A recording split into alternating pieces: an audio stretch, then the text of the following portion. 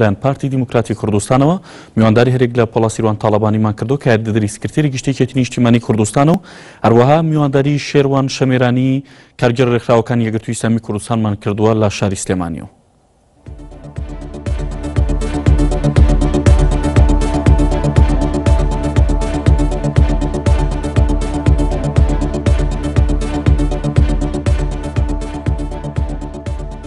کاکپۆڵات جارێکی دیکە دەگەڕم لای تۆ دەمێ پرسم ئەوەی ئەمڕۆ ڕوویدا پڕکردنەوەی پۆستە وزارەکانی بزوتنەوەی گۆڕان لەلایەن وەزیرەکانی پارتی دیموکراتی کوردستانەوە بۆ وەکالەت کارێکی یاسایی بوو؟ وەڵێ ئەم کاتەی جەناب تو بینەرانیش باش بێگومان ئەمە هەنگاوێکی باش نەبوو لەم کاتەیە بەڕاستی کە باشتر وا بوو بوار بدرێ بە زیاتر بۆ بواری زیاتر بدرێ بە گفتوگۆ و دانیشتن و بۆ لێکتر نزیک بوونەوە بۆ هێورکردنەوەی بارودۆخەکە وەک لەوەی کە تەسعید کرێ بە هەنگاوی تر بۆ کە بێتە هۆی ئەوەی زیاتر لێک دوورکەوتنەوە. چێ دەبوو ئەمەی بکردە؟ دەبوایە برادرانی پارتی و کە لە بڕی ئەوەی کە ئەمڕۆ ئەو هەنگاوە بنێن هەنگاوی منایە بۆ هاتنە پێشەوە زیاتر بۆ گفتوگۆ و لێکتر نزیک بوونەوە و بۆ دەستپێکردنەوەی دانیشتەکان بۆ چارەسەرکردنی کێشەکان. بێگومان ئەمە هەنگاوێکی یاسایی نییە لە ڕووی یاساییەوە چونکە هەمومان نەزانین کە بۆ وەزیرانە لە وەزیر کە متمانە وەرەگرێ و دەست بەکارە بێ وەکو وەزیر لە پەرلەمان متمانە وەرەگرێ و پەرلەمانیش ئەتوانێت متمانەی لێ بسەنێتەوە لە دانیشتێکی پەرلەمانە. بەڵام لە حاڵەتێکی تریشا بۆ نمونە ئەگەر ئەو وەزیرانە لە حاڵەتێکی تارێ بۆ نمونە حاڵەتێکی تەندروستی بێ یاخوا نەخواستە شتێکی خراپ ڕووبدا کە ببێتە هۆی ئەوەی کە نەتوانێت ئەدای مەهامی خۆی بکا وەکو پێویست لەو کاتەیە توانرێ جێگەکەی بە وەکالەت پڕ بکرێتەوە تا ئەو لایەنە یان ئەو هێزەی کە ئەو وەزیرە لە پشتێتی پڕی بکاتەوە یا کەسێکی کە لە جێگەیدا نەک حزبێکی سیاسی خۆی بڕێ بە چی وەزیرێک بنێرێتە ماڵەوە و بڕیاری ئەوەی لەسەر با کە تۆ بڕۆ لە ماڵە دانیشە و تۆمان نایەوە ئەمانە چکەوە بەڕاستی هەمومان نەزانین کە ئەو پرۆسەیە بە اتفاقێکی سیاسی کراوە و ئەو اتفاقە سیاسیش کە هەیە بۆ نمونە لە بینی بزوتنەوەی گۆڕان و پارتی دیموکراتی کوردستان تا ئێستا وەکو خۆیان ئەڵێن بە قسە و لێ دوان هەڵوەشاوەتەوە بەڵام لە ڕووی سیاسی و ئەو دوو هێزە دانیشن و بڵێنەوە اتفاقەمان هەڵوەشانەوە ڕایگەێنن بۆ هەموو هێزە سیاسەکان و بۆ خەڵکی کوردستان کە اتفاق هەڵوەشاوەتەوە شتیوان نەکراوە بۆیە بێگومان بڕیارێکی ناسایە ئێمە وەکو یەکێتی بەڕاستی نیگەرانین زۆر لەوەی کە ئەو بارودۆخە گەشت بە وەزعی کە ئەمڕۆ پێگەیشتووە هەرچەند ئێمە لە سەرەتاوە هەوڵەکانمان وا بووە بۆی کە بارودۆخەکە بەمڕۆ نەگا و هەوڵی زۆرمان داوە هەر لە دوای هەڵبژاردنەکانەوە بۆ ئەوەی نەگەین بەم ڕۆژە بەڕاستی و لەسەر ئەساسی بەڵام گەیشت بەداخەوە هەرچەند ئێمە هەوڵێکی زۆرماندا بەڕاستی ئێمە گلەیمان لە هەم برادرانی پارتی هەیە و لە هەم برادرانی گۆڕانیش بەڕاستی لەسەر ئەم گلەیانە و هەوڵەکانی کێتی نیشتیمانی کوردستان بە تێروتەسەری قسە دەکەین بەڵام دواتر دەگەڕێمە وڵات کا شێروان ئەم کاتت باش دەمەی هەمانەوە پرسیارە لە تۆ بکەمەوەی ئەمڕۆ ڕوویدا پڕکردنەوەی شوێنی پۆستە ویزارەکانی بزوتنەوەی گۆڕان لەلایەن پارتی دیموکراتی کوردستانەوە کارێکی یاسایی بوو خزمەتی بە دۆخی سیاسی ئێستای هەرێمی کوردستان کرد؟ ئەم کاتەی بەڕێستان باش بەناوی خۆی بەخشندە میهرەبان بێگومان ئەو مەسئلەیە دوو دیوی هەیە دیوێکی سیاسی هەیە دیوێکی یاسایی هەیە ئەوەی کەوا لەلایەن پارتی دیموکراتی کوردستانەوە کراوە زیاتر مامەڵەکردنێکی سیاسیە لەگەڵ بارودۆخەکە لە دەرەوەی باگراوندیان چوارچێوەیەکی یاسایی لە کاتێکداکەوە ئێستا بە وەکالات کەسێکدا ئەنرێ لە شوێنی وەزیرێکی گۆڕانە ئەوە بەڵگە نییە لەسەر ئەوەی کەوا ئەو کەسە ئێستا وەزارەتێکی پێشووی گۆڕان بەڕێوە ئەوە ئەبات ئەوە بووە بە وەزیر ئەوە صفەتی وەزیری وەرناگرێت ئەوە تەنها بە وەکالەتە بە شێوەیەکی کاتی بەڕێوەی ئەباوە بەڵگەشت نییە لەسەر ئەوەی وەزیرەکانی گۆڕان بە وەزیرەتی نەماون. ئەوە ممارەسا کرێ بەڵێ بیانی کابرا بە شێوەیەکی کردەی ڕۆژانە ئەو مەسئلەیە بەڕێوە ئەبا بەڵام لە دەرەوەی چوارچەوەی یاسایە ئەگەر بێوێ ببێ بە وەزیری فەرمیوە ئەگەر بێوێ کە ئەوانەی گۆڕان لە پێشوو بە وەزیری نەمێنن ئەوە لە دەسەڵاتی پەرلەمانە لە دەسەڵاتی یان بە بڕیارێکی سیاسی ناکرێت ئێمە ئەو مەسئلەیەمان زۆر بینیوە لە چەند ساڵی ڕابردوو لە بەغدا کەوا کاتێ نووری مالکی ئەیویست تەنگاو ئەوە بە وەزیرێک لە وەزیرەکان بەتایبەت وەزیرەکانی سوننا ڕاستەوخۆ بە وەکالەت جێگە ڕێگاکەی پڕ ئەکردنەوە بە چەند ساڵ ئەو مەسلێتی ئەپەڕی بۆیە ئەو مەسئلێ ئەگەر بمانەوێت چارەسەر بکرێ ئەبێ بە شێوەیەکی سیاسیانە چارەسەر بکرێ بۆ ئەوەی کەوا ئەو چارەسەرێکی سیاسی باش و پارتی دیموکراتی کوردستان کردی نابێگومان هەرچی هەوڵ دراوە لە ماوەی ڕابردوو لە دوو سێمانگی ڕابردوو هەمووی لە دەرەوەی یاسا بووە مامەڵەکردنێکی سیاسی بووە لەگەڵ بارودۆخەکەەوە ئێمە لە یەکگرتووی ئیسلامی کوردستان زۆر هەوڵمانداکەوە نەگاتە ئەمەیکەوە ئێستا ئێمە پێیاتێ ئەپەڕین بەداخەوە ئەو کاتە هەندێک حقدی حیزبی و هەندێک مزادەی سیاسی بۆ هەڵبژارنی داهات و ڕۆشنایی بەرچاوی گرت و پەردەیەکی تاریکی دا بەسەر چاوەکانە ئێستا کاتێکەوە بارودۆخەکە گەیشتووە بەوەیکەوە ئێستا هەیە هەموو لایەنەکان چ یان چ گۆڕان داوای ئەوە ئەکەن بە شێوەیەکی عاقلانەتر هۆشمەندانەتر مامەڵە لەگەڵ بارودۆخەکە بکرێت ئەگەر ئەو کاتە بەو شێوەیەکەوە ئێستا داوا ئەکرێ عقلەکان هاتوونەتە سەر خۆیان بارودۆخەکە بینرا و لەمسیان کرد بە دومانی ڕابردوو بەو شێوەی ئێستا مامەڵە بکرێ ئێمە ئەگەشتێنە ئەم بارودۆخە باش کاشیروان ئێستا عقلەکان هاتوونەتە سەر خۆی و بەرچاوەکان ڕوون بوونەتەوە و پەردەڕەشەکە لا چووە ئەنجا ئەم بڕیارانە ئادرێ بۆ نمونە دوێنێ مەکتەبی سیاسی پارتی دیموکراتی کوردستان بەیاننامەیەکی دەرکرد و تێمە داوای نێوەنگیریمان نەکردەوە بزوتنەوەی گۆڕان بە هەمان شێوە وەڵامی دایەوە و تی ئێمەش ئامادەنین دانیشتن بکەین هەتاوەکو دۆخەکە نەگەڕێتەوە شوێنی خۆی ئێستا پڕکردنەوەی ئەم شوێنی ئەم وەزارەت و وەزیرانەی بزوتنەوەی گۆڕان ئەمە لە وەعیدایە یعنی ئەمە دەکاتە باشەکایەتی ئەمە ئاسەواری هەڵسوکەوتی چەند هەفتە و چەند مانگی ڕابردووە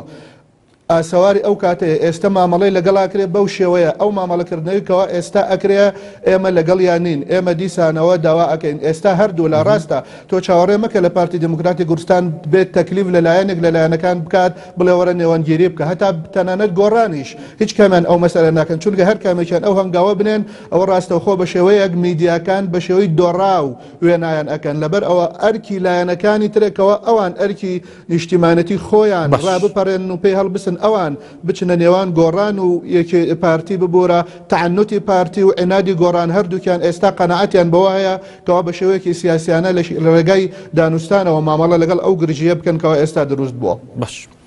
کاک پۆڵا پارتی دیموکراتی کوردستان بۆ دەگاتەوەی ئەم بڕیارە بدات چیوا دەکات کە لەم کاتەدا بەم جۆرە شوێنی وەزیرەکانی بزوتنەوەی گۆڕان بۆ وەکالەت پڕ بکاتەوە لەلایەن وەزیرەکانی پارتی دیموکراتی کوردستانەوە. بەڵێ بەڕاستی وەکو برای بەڕێزم ئاماژەی پێکرد دیارە بارودۆخەکە ئێستا لە بارودۆخێکی خراپایە بۆزەکان بە نسبەت برادرانی پارتی و گۆڕان وەکو خۆیان ئەڵێن بە بنبەست گەیشتون بۆیە ئەوە بڕیاریان داوە بەڕاستی ئەمە هەم تعنوتی برادرانی پارتی و لە بەرامبەریشە وەکو تۆڵەکردنەوەیەکە یان وەکو هەنگاوێکە بەڕاستی کە دژی یەکتری ناویانە بەڕاستی ئەمە کارێکی خراپە و ئێمە بە هیچ شێوەیەک لەگەڵەوە نین کە بەم ئوسلوبە چارەسەری کێشەکان کرێ باشتروا بوو برادرانی پارتی هەندێک بە دەردی عەرە بەڵێ تەرەویستیان کردایە تەحمولیان کردایەت بوارێکی کایان بایەتەوە بە گفتوگۆ و بۆەوەی وەکو برادران ئاماژەیان پێکرد کە بوار بدرایە بەلایەنەکانی ڕۆڵێک ببینن لەم بۆ نزیکردنێرە شتێکی ڕوون هەیە بزوتنەوەی گۆڕان دەڵێت تاوەکو دۆخەکە نەچێتەوە شوێنی خۆی سەرۆکی پەرلەمان نەگەڕێتەوە وەزیرەکان نەچنە شوێنی خۆیان ئەوان بە هیچ جۆرێک لەگەڵەوە دانی گفتوگۆ بکەن گفتوگۆ لەسەرەوە دەکەن دوایەوە گفتوگۆ دەکەن ئەو پارتی دیموکراتی کوردستانیش دوێنێ بەڕوونی گوتی ئێمە داوای نێوەنگیریمان نەکردووە و بۆ بە پەسەندیشی نازانین ئیتر قسە لەسەر چی بکەن خۆی کەس ناتوانێت دەرگای گفتوگۆ داخە کاتێک کە تۆ دەرگای گفتوگۆ و توێژدا ئەخەی ینی ئەمە هیچ مانایەکی سیاسی ناگەێنێ بەڕاستی تۆ هەمیشە هێزی سیاسی ئەبێ دەرگای کراوە بێ هەمیشە ئەبێ بوار بۆ گفتوگۆ و بۆ چارەسەرکردنی کێشەکان بە ئوسلوبی سیاسیانە و بە مەسائل بە ڕێوشێنی سیاسی هەبێ ناکرێت تۆ بڵێ دەرگام داخست و تەواوی ترە و لایەنە زەربم پیاهێنا و ئەوە بەڕاستیەوە ئێمە لە پرۆسێکی سیاسیین حکومەتێکە حکومەتێکی بنکەفراوانە هەمومان خۆمان بەخاوەنی ئەو حکومەتە ئازانین تێیدا وەکو یەک بە اتفاقی سیاسی هاتوونێتەوە حکومەتەوە بۆ بەڕێوەبردنی مؤسساتی ئەم وڵاتە بە یەکەوە هیچ هێزێک ناتوانێت زەرب بەسەر هێزێکی کیا بێنێ بەڕاستی من ئەم دوو هێزە زەربیان بەسەرێک داێناوە دەرگای گفتوگویان داخستەوە بەڕاستی کارێکی خراپە ئێمە بینین تەسعیدێکی زۆر لە ڕاگەیاندنەکانی هەردوو لای هەیە کە بە بەڕاستی گەشتە ئاستێکی زۆر ترسناک و گەشتە ئاستێکە بەڕاستی بۆتە خەتەر لەسەر ئاسایشی نیشتیمانی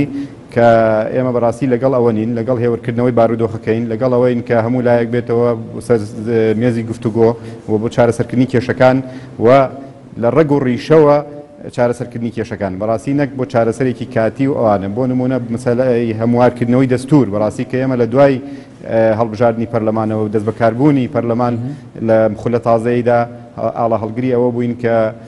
دەستور هەموار بکرێتەوە بە بزووترین کات دەستورەکە هەموارکرایەوە ڕیفراندۆم کرێت بۆ مەسەلەی سەرۆکایەتی و ئەو مۆزوعانە هەمووی چارەسەر کرێ و یەکلا کرێتەوە بەڕاستی وەکو پێویست بۆ نەکرا ئەوە ئێمە نەبووین ئێمە هەموو هەوڵێکماندا بۆی ئەوە بکرێ و زۆریش فراکسیۆنەکەمان لە پەرلەمان هەوڵی خۆی بە تەواوەتی خستەگەر بۆ مەسەلەیە بەڕاستی هەم برادرانی پارتی و هەم برادرانی گۆڕان و لایەنەکان تریش وەکو پێویست نەهاتنە پێش بۆ مەسەلەیە بۆ برادرانی گۆڕان لەگەڵ ئێوانە بوون وەک خۆت دەڵێ ئێمە باسی ئەو لەسەر مەرحەلەیەکی بەڕاستی لەسەر دەستور ئێوە هاوڕانە بوون لەو مەرحەلەیە ئێمە هەوڵێکی زۆرماندا بۆ ئەوەی هەموارکردنەوەی دەستور بۆ چارەسەرکردنی کێشەکان لە مەسەلەی سەرۆکایەتی هەرێمە بۆ مەسەلەی ڕیفراندۆم ئەو کێشانە هەمووی چارەسەرەکرا کێشەی سەرۆکی هەرێمێک لا ئەکرایەوە لە ماوەی 6 مانگ و ساڵی یەکەمە پێش ئەوەی بگاتە ئەم بارودۆخە بەڕاستی کە بارودۆخێکی نەخوازراوە بەڕاستی ئێستش کە گەشتۆتە ئەم بارودۆخە کە خواستی کەس نییە و کەس پێی خۆش نییە بەڕاستی هەموو کوردێکی دڵسۆز لەگەڵ ئەوەیە کە ئەم بارودۆخە بە شێوازێکی ئاشتیانە و بە شێوازێکی گفتوگۆ بە شێوازی دانیشتن و لێگەیشتن بارودۆخی هێور کرێتەوە و پاشتر قسە لەسەر چۆنەتی چارەسەرکردنی کێشەکان دەستخۆش کاک شێروان گەرم حکومەتە حکومەتێکی بنکەفراوانە حکومەتێکی شەراکەتە بۆ دەبێت لایەنێک لە بری سێ لایەنی دیکە بڕیار بدات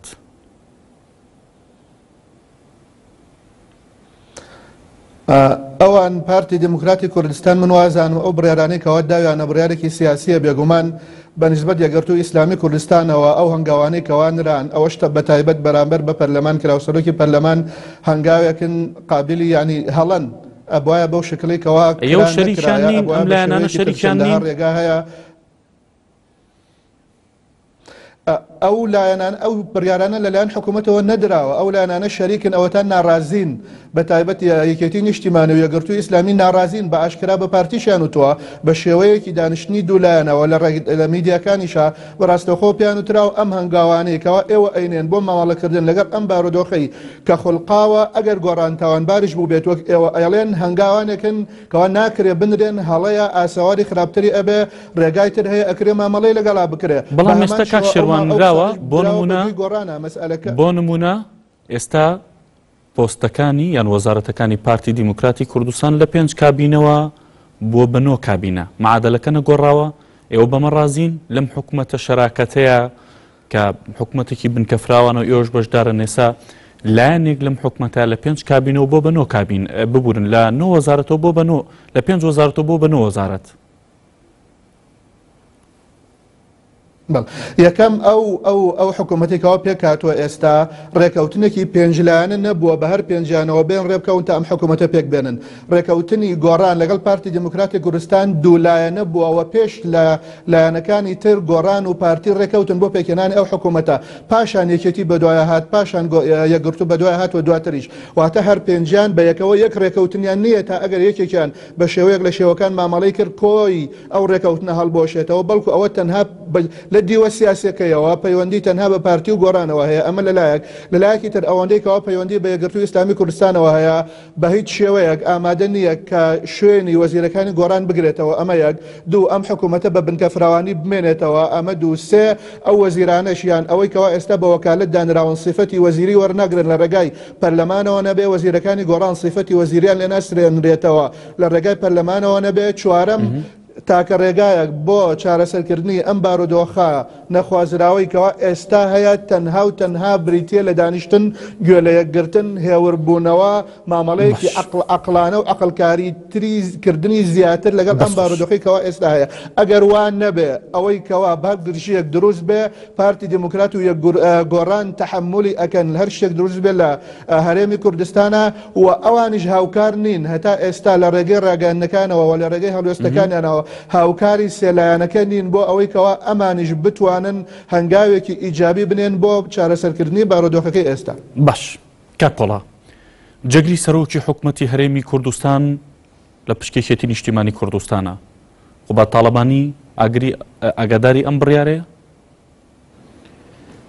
خۆبات تاڵەبانی وەکو جێگیری سەرۆکی حکوومەتی هەرێمی کوردستان ڕەنگە نازانم تا چ حدێک ئاگادارەیان نا، بەڵام وەکو ئەوەی کە حتممە نەبێ ئاگدار کرابی ئاگدار نەکرابیش لە مەوزوع ناگۆڕێت، چکە بەڕاستیەوە بڕیارە بڕیاری پارتیە، بەڕاستی پارتی خۆی بڕیاری داوە وەکو حزب شەریک نین لەم حکوومەتە خۆبات تاڵەبانیە جێگری ئەم سەرۆکی ئەنجومەنی وەزیرانە نییە، نابێ بڕیاری هەبێت، نابێ ڕەئی هەبێت لەم پرۆسە سیاسیە لەم حکوومەتە یەکێتی نیشتیمانی کوردستان بەشدار نییە؟ بێگومان ئەمە قەرارێکی سیاسیە و پارتی بە تاکلایەنە خۆی داوێتی. ئەگەر بەڕێز کاک خوباتی ژووترابێ ڕەنگە من باب العلم پێی وترابێ، ئەوە ئێمە وەکو پارتی و قەرارە ئەدەین وانە قەرارێکی سیاسیان داوە و هیچ قەرارێک نییە لە چوارچێوەی مؤسساتی لە باب العلم مەرچێکیشتان پێ بڵێن ئاساییە بۆ نەخێر ئاسایی نییە. ئێمە ئەمە لە چوارچەوەی مؤسساتی حکومیە ئەم بڕیارە نەدراوە تا کاک خوبات ڕازی بوو بێ لەسەری یان دەنگی لەسەردابێ یان حاڵێ لەو بابەتە. ئەم بڕیارانە لەکوێوە ئەم بڕیارانە لە مەکتەبی سیاسی یاساییەکەی لەکوێیە؟ ینی بۆ نمونە دەوترێت دەپرسێت دەبێ لایەنێک مەبەستەن حکوومەتێکی بنکە فراوانە ئەم پێنج لایەنە پێکیان هێناوە لایەنێک بۆ خۆی بڕیار بدات؟ نەخێر ناکرێ و ئەم بارودۆخەشە تا سەروا نابێ. بەڕاستی چکە ئێمە وەکووتم لە حکوومەتێکین کە هەمومان خۆمان بە خاوەنی و حکوومەتە ئازانین و هەوڵ و کۆششەکان بەردەوامە بۆی بارودۆخەکە چارەسەر کرێ. بەڕاستی ئەمەش نامانێت مووقیفێ وەرگین کە هەب بێتە هۆی زیاترکردنی تەشەنوجەکە. ئەمە ئەمانەوێت خاو بێتەوە مەسەلەکان، ئەمانەوەی کێشەکان بێتەوە سەر مێزی گفتوگۆ و ئەگەر بڕیاری کردو بۆی بێتەوە سەر مێزی گفتوگۆ. یەکێتی نیشتیمانی کوردستان دەوترێت لە ئێستا دەتوانێت ڕۆڵێکی باش و کاریگەر بگێڕێت لەم دۆخەیە. یەکێتی توانی ئەمە بکات؟ هیچی کردووە؟ بەڵێ یەکێتی کردوێتی و بەردەوامیشە. بۆ نمونە جناب تامبینیتان دوێنێ وەفدی مەکتەبی سیاسی سەردانی هەندێک لە لایەنەکانی کرد و گفتوگۆی بەردەوامیش لەگەڵ برادران لە پارتی دیموکراتی کوردستان و لە بزوتنەوەی گۆڕان هەیە و بۆ چارەسەرکردنی دۆخەکە و لەگەڵ ئەمانە لەسەرێک مێزدانیشن گفتوگۆ بکەن. بێگومان هەوڵەکان بەردەوامە و لەگەڵ سێ لایەنەکەیش ئەوانیش هەر هەوڵ و کۆشی خۆیان خسۆدەگار بۆ مەسەلە و ئێمەش وەکو یەکێتی جنابتان بینیتان دوێنێ کۆمەڵێک کۆبنەوەی زۆر باش و نەکرا لە هەولێر. هیوادارینەوە کۆبنەوانە بەردەوام بێ و هیوادارین هەموو کێشەکانمان بێنینەوە لە ڕێگەی پەرلەمان و بە شێوەیەکی یاسایی لە چوارچێوەیەکی یاساییە چارەسەری بکەین دوور لە دەستێوەردانی حزب و تێکەڵکردنی مەسەلەکان. بەڕاستی مەسلەی حزب و مەسلەی دەستێوەردانی حزب لە مەسلەی پەرلەمان و حکوومەت و ئەوانە ئیتر سیفەتێکی یاسایی بکەینەوە بەبەر مؤسساتەکانمانە لە وڵاتە و ڕێز و حرمەت بۆ مؤسساتانە دانێن و چیتر سوکایەتی بە شەرعیەت و مؤسساتی شەرعی ئەم وڵاتە نەکرێ. بەڕاستی باش کاشێروان لە زۆربەی و پرسیارانی کە لێم کردیت لەسرم دۆخی ئێستا هەر ئاماژەت بە دیوە سیاسیەکەی کرد. باشە دەوترێت ئەم بابەتە تا کۆتایی ئەم کابینێ بەم شێوێ بەردەوامە بێت. یەکگرتوو بەمە ڕازیە؟ من ناتوانم ئێستا بڵێم یەکگرتوو بێگومان بەوە لە ڕووی یاساییەوە من ئاماژەم پێکردەوە زۆر باڕاشکاوانە وتم ئەمە دیوێکی یاسایی هەیە بەو شێوەیەکەوە وتم هەرگیز صفەتی وەزیرەتی ناسێنێتەوە نڵە وەزیری گۆڕانە صفەتی وەزیرەتی ئەدات بەمانێکەوە ئێستا بە وەکالەتن.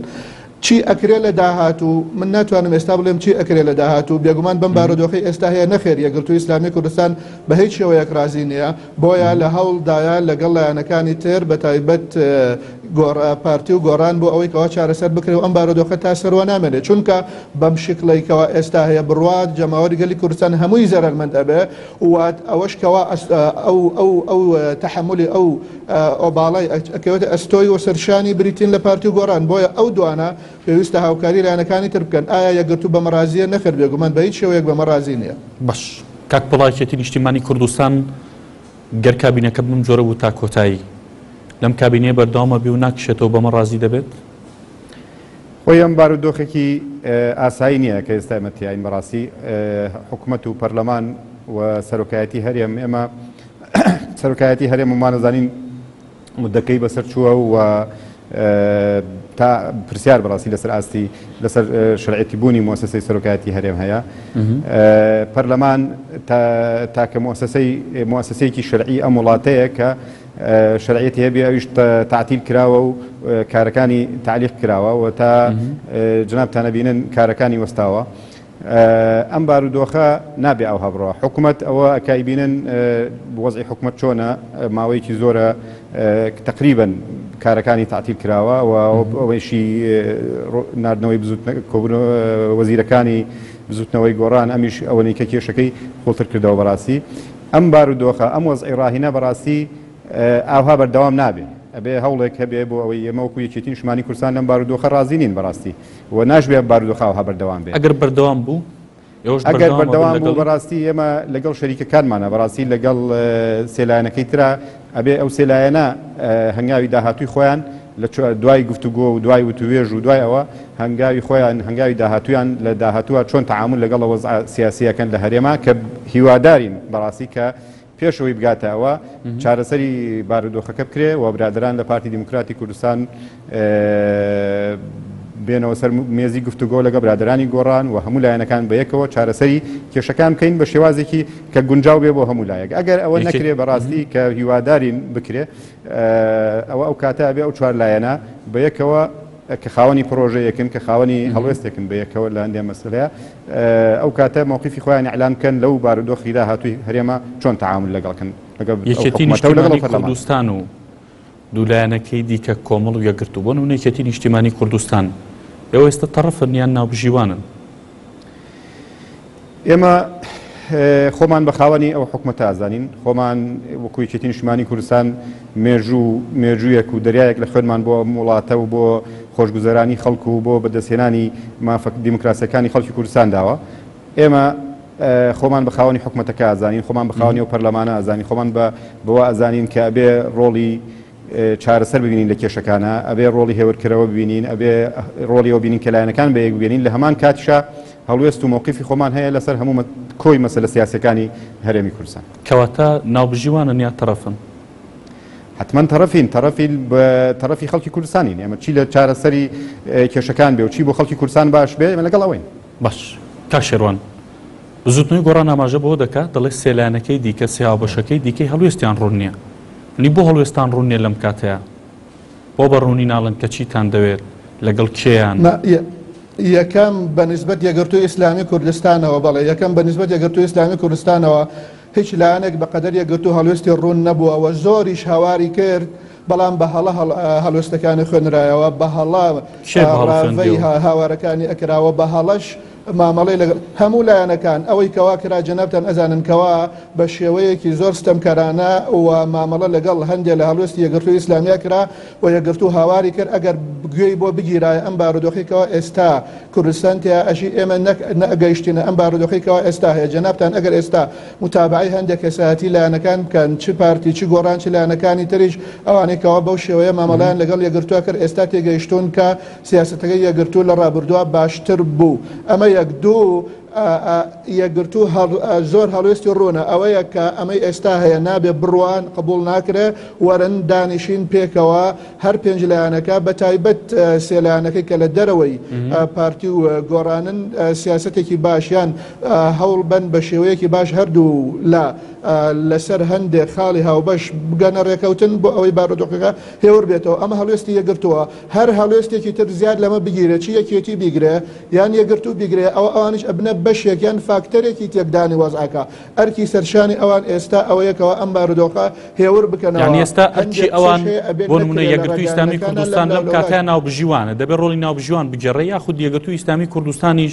بۆ خۆی لەم پرۆژەیە بەشدار بووە و بە هەمان شێوە لەسەر سیستەمی سیاسیەمان داواکاری هەبوو تەڕەفێکە لەم بابەتەیە ئەوە دووسێ دائرە یەک دائرە نییە بەو شێوەیە بڵێ ناوبژیوانە یان تەڕەفە لە کۆی سیستەمی هەرێمی کوردستان یەکگرتووی ئیسلامی کوردستان بەشە و لە ئەم گرژەیەکەوە ئێستا هەیە یەکگرتووی ئیسلامی کوردستان هەستی بەرپرسیارەتی هەیە دەستێکی ڕاستە و خۆی نییە لە دروستکردنی ئەم گرژە هەوڵی داواکەوە دروست نەبێ لەبەرەوە ناکرێت بکرێت بە بەشێک بەڵکو یەکگرتوو ڕازی نەبووە بەوەی کەوا ئێستا هەیە و ڕازیش نابێەوە هەوڵی چارەسەرکردنیشی ئەدا و ئەو سیستەمشکەوە جەناوت باسیرەوە ئەەکەی بۆ سەرۆکاتیان بۆ پەرلەمانیان هەر شتێک یەکگرتوو لەگەڵ چوار لایەنەکە پرۆژەیەکیان پێشکەش کردەوە ئێستاش سوورە تەڕەفەوانە دەبێت تەڕەف بێت کراوە و بەشێکیش بۆ طرف لە چییە طرف لەو گرژێکەوە ئێستا هەیە نەخێر طرف نییە یەکگرتو هەستی بەرپرسیارەتی هەیە مامەڵەکە لەگەڵ هێوەرکردنەوە بەڵام هاوبەشە لەگەڵ یەکێتی و کۆمەڵ و پاشان گۆڕان بۆ ئەو پرۆژەی چوارلایەنەکە پێشکەشیان کردووە ئەگەر مەبەستە سیستەمی سەرۆکاتی بێ لە کۆی سیستەمی هەرێمی کوردستان دەسەڵاتدارەتی و حکوومەتداری هەرێمی کوردستان یەکگرتو بەشە بەڵام لەو گرژێکەوە ئێستا هەیە یەکگرتو بەش نییە و طرفیش نییە بەڵکو بە هەستێکی مەسئولانەوە هەوڵی هێوەرکردنەوەی ئەدا و دیسانەوە تاکید ئەەکەمەوە هەندێک جمگا هەیە نەوروژێنرێ هەندێک قسە هەیە نەکرێ هەندێک دەستەواژە هەیە بەکار نەهێنرێ بۆ ئەوەیەوە بارودۆخەکەی زیاتر گرژ نەبێ و ئاڵۆستر نەبێ بەڵکو هەوڵ بدەین کەوا چارەسەر بکرێ و هەیە من ببێتەوە باش کاک بەڵا لەم بابەتە و لەم دۆخە سیاسی کێسە لە هەرێمی کوردستان دروست بووە تاوی ئاراستەکەن بەو جۆرن کە گرژی و ئاڵۆزەکان لە نێوان بزوتنەوەی گۆڕان و پارتی دیموکراتی کوردستاندا بێ ئەو بزوتنەوەی گۆڕان ئاماژە بۆ دەکات دەڵەوەی کە بەسەریان هاتووە بۆی پرۆژاو بەشەکانەوە بووە لەگەڵ سێلایەنەکەی دیکەیە وایە لەسەر ئەمە بووە ڕەنگە بەشی هەرە زۆری کێشەکان ڕەنگە بەشێکی ئەوە بێت کە ئێمە هەمومان تەرەفین لەو مۆزوعی مەسەلەی بۆ گۆڕان جاکراوەتەوە گەر بەڵام هەم بەشێکی هەر بەشێکی تری مەسەلەکە بەڕاستی ئەو تەسعیدە ئیعلامی و ئەو کێشەی بینی گۆڕان و پارتی کە ئەوها گەورەکرا بەڕاستی ئیعلام دەورێکی خراپی بینی لەوەیە و کاردانەوەکان لە بەرامبەر یەکتری کە بەو شێوەیە تەشەنوجی تیا دروست بوو بەو شێوەیە قوڵکرایەوە بەڕاستی بەشێکی هەرە زۆری گەڕایەوە بۆ ئەو کێشانەی لە بینی زوتنەوەی گۆڕان و پارتی دیموکراتی کوردستانە بە تایبەت ئیعلام ڕۆڵێکی خراپی تیابێت کەواتە لەم کاتەیە باشترین چارەسەر چێ و دەبێت چی بکرێت بۆ هێوەرکردنەوەی دۆخەکە و چارەسەری ئەم بابەتە باشترین چارەسەر لەم دۆخەیە ئەوەیە گەڕانەوەی بۆ سەرمێزی گفتوگۆ و دوورکەوتنەوە لە هەموو حاڵەتێکی تەشەنوج و ئەوە کە بێتە هۆی تەشەنوج و قوڵکردنەوەی قەیرانەکان زیاتر هێورکردنەوەی ڕاگەیاندنەکان بە تایبەتی ڕاگەیاندنی ئەو دوو لایەنە بەڕاستی گەڕان بۆ چارەسەرکردنی ڕیشەیی بۆ کێشەکان بە شێوەیەک کە لە خزمەتی ئیرادەی خەڵکی کوردستانە بێ و گەڕانەوەی دۆخەکە بۆ دۆخی ئاسایی بەبستم لەوەی کە بەگەرخستنەوەی پەرلەمان و بەگەرخستنەوەی مؤسساتی حکومی و دام و دەستگاکانی ئەو وەزارەتانەی ئەمانە هەروە سانن بەم زوویە دەکرێن ئەبێ بکرێت ئەگەر ئیرادە و ئەوە ئیرادەمان هەبێ بۆی ئەوە بیکەین ئەیتوانین بیکەین ینی ئێمە خەڵکێکین هەمومان لە پرۆسێکی سیاسیە بە یەکەوەین لە حکوومەتێکا بە یەکەوەین و هەمومان خەڵکێکین کە پەرۆشین بۆ ئەم وڵاتە و بۆ ئایندەی ئەم وڵاتە بەڕاستی لەبەرەوە ئەگەر بمانەوێ کارێکی ئەستەم نییە و ئەتوانین بیکەین و من بێگومانم لەوەی کە ئەو ئیرادەیە لای هەموو هێزە سیاسیەکانیش هەیە بەڵام ئەوەی کە پێویستە لەم دۆخەیە بکرێ بەڕاستی هێورکردنەوەی بارودۆخەکەیە و ئاسەوەیکردنەوەی بارودۆخەکەیە و پاشان دانیشتنە بە شێوە بۆ چارەسەرکردنی کێشەکان دەستخۆش کاک شێروان باشترین ڕێگە چارە بۆ دۆخی سیاسی ئێستا هەرێمی کوردستان چییە؟ بێگومان